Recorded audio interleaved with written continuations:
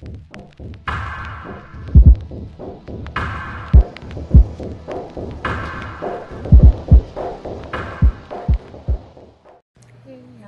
y'all, so I'm doing this video again real quick. This is a video for those people who want to get organized. You have a stash that's kind of big, you have a business, or you just want to get organized. This is an app that I've had for years. They have a free version as well as a paid version. I cannot tell you the price, but this is this app that I've had for years that I've used to keep track of my stash, my hobbies, just organizing. It can be used for crafty stuff, business stuff, makeup. It can be used for like food, kitchen, like keeping track of what you have, what you bought, what you have a lot of, and or something that you may be one of those people who you're like me. It's out of sight, it's out of mind. So if I put something away, I don't know where it is. I don't even think about it. This is the type of app that you could use where it's like, okay, well, I know I got that somewhere. Where did I put it? And you can have a location for it. I'm going to tell you some of the good things about this app. Actually, it's all good about this app. You decide whether or not it works for you. And let me say yet again, a couple of things. This is not for me to show off what I have. So do not think that you have to get the things that I have in my app. This is just me showing you how I've organized and how I keep track of things that I've bought. As well as this app, I do not know how much it costs. Hopefully it's not over like $10. But if there's a free version of it, if I recall, it used to be one, you could make at least a database. So if you had a small thing you wanted to try it out, database, do it. You can put all kinds of stuff in here, from papers, pens, inks, markers, stamps, dyes, crafting stuff. That's just crafting stuff. If you're somebody with a business and you need to keep track of all your supplies for your business, you could throw it in the app. One of the best things about this app, and the reason why I chose it after looking at many other apps that was for personal inventory as well as for trying to get organized, was the fact that I could scan with this app. This app, you can scan the database and it will pull things off of like Amazon or eBay. You can choose, I think now, where you get your information from, but back then it was like only a couple of ways you could get the information in: Amazon, eBay, or you put it in manually. Now I'm not sure how it's set up, but I'm sure that they added some new things, because it's been years since I bought this app and it's been years since I used it. This my database is not current, but it's because this is a copy of the main base database that I have from another one. So I'm just showing you different ideas that what you can do. But this one is for the crafty people.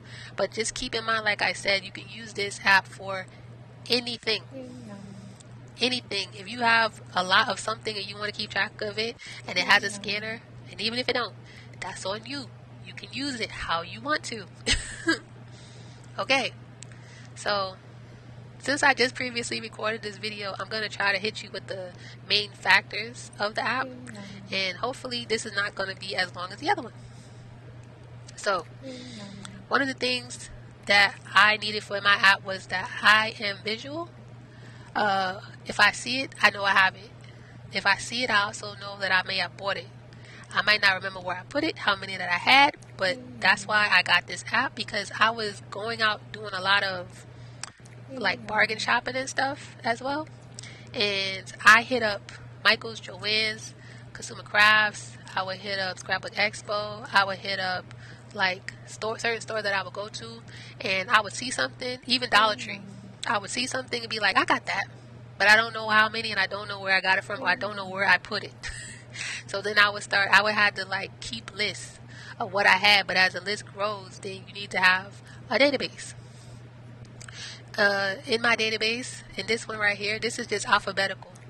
So if you click, and this is the view for iPad, they have one for your phone. You get the app. I don't know if they're still separate, because I can't remember if I paid for the apps separately. When this was before they had made them where you could buy one app and it could be for two. I'm not sure, but just be mindful of that.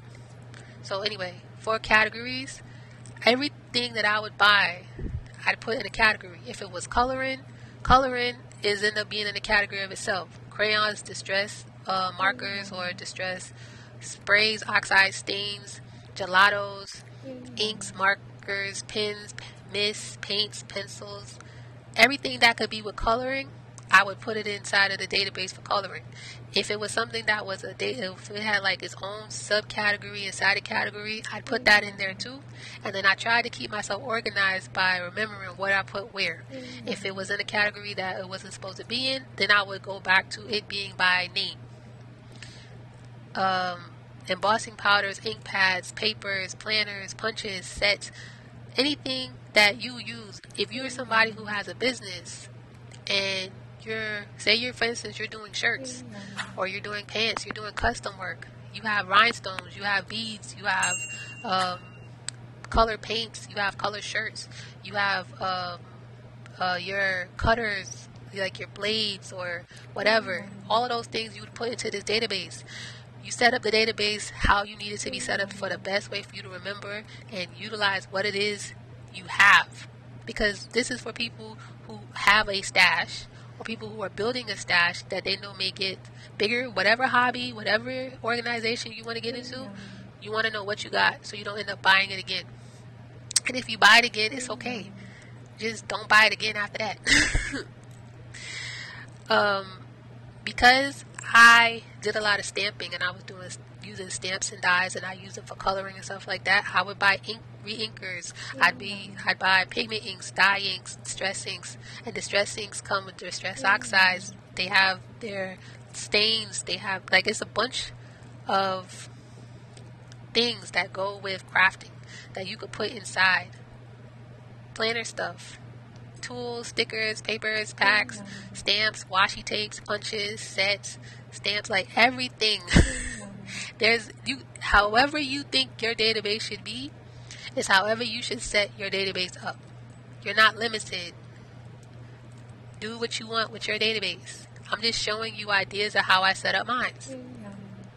Now, one of the things that I said I liked about this was that not only when I bought something, the first time I bought it, it was not on sale.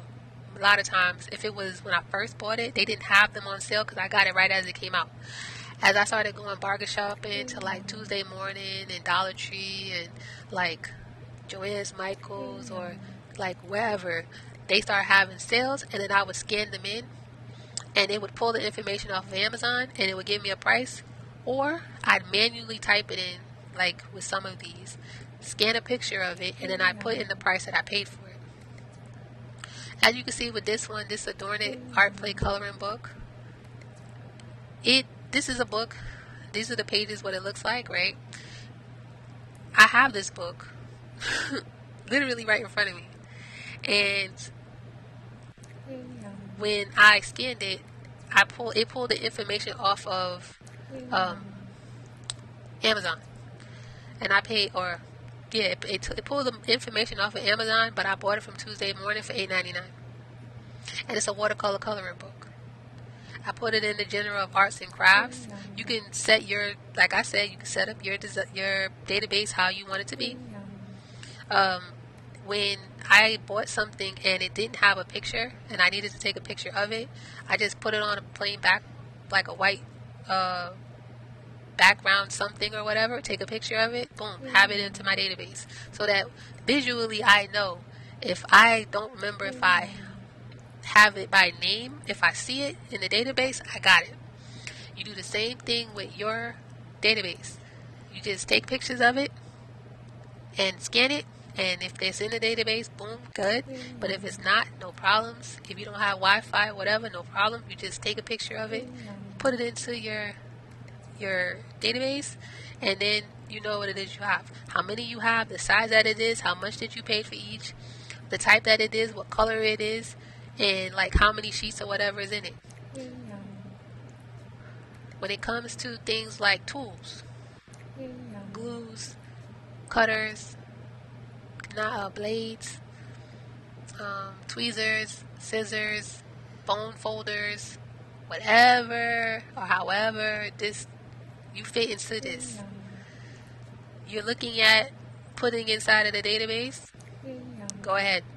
Eileen's tacking over and over again. They got the sets. I ended up getting glue sets, and then I would pay a certain price for it, or it would scan in a certain price, and I was just like, okay, good, go. They have different types of like amounts that you could put in. They have different sizes that you can put in if you decide to put them in. Some things you might want to be very detailed with, and some things you just be like, well, it's whatever. But it's however you want it to be. You don't have to make your database like I set up mine. Set up yours the best way that it fits for you. For instance, you see that, like, this is a punch board from We Are Memory Keepers, and I got it from Michael's for $35. And I put it in the general scrapbooking and stamping. I put that, this is an American Crafts thing, but I also could get this information from Amazon. I don't know what the information is now currently on Amazon, or even if they have the older things in Amazon, they might.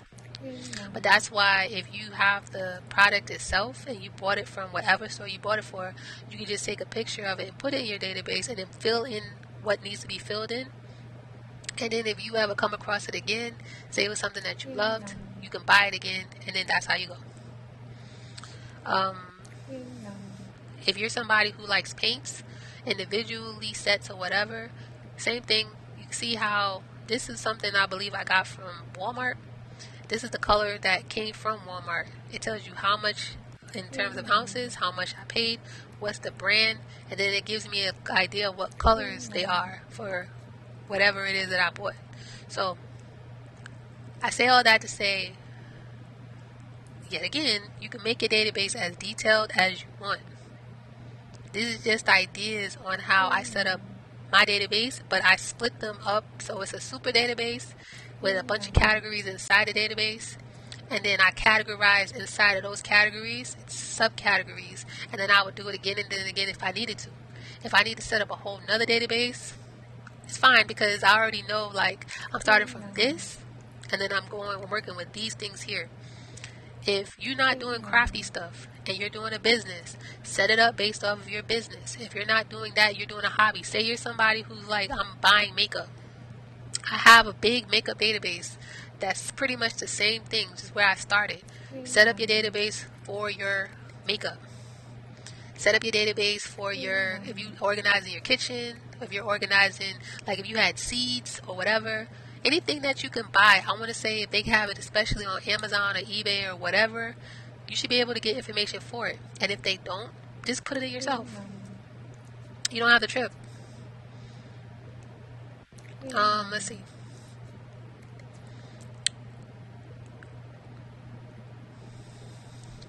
Papers.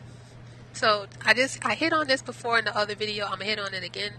One of the things that I suggest that people look into is when you're working on something, cards, whatever type of paper you're going to use, make sure that you have a swatch book or a swatch of whatever medium you're going to use on that paper.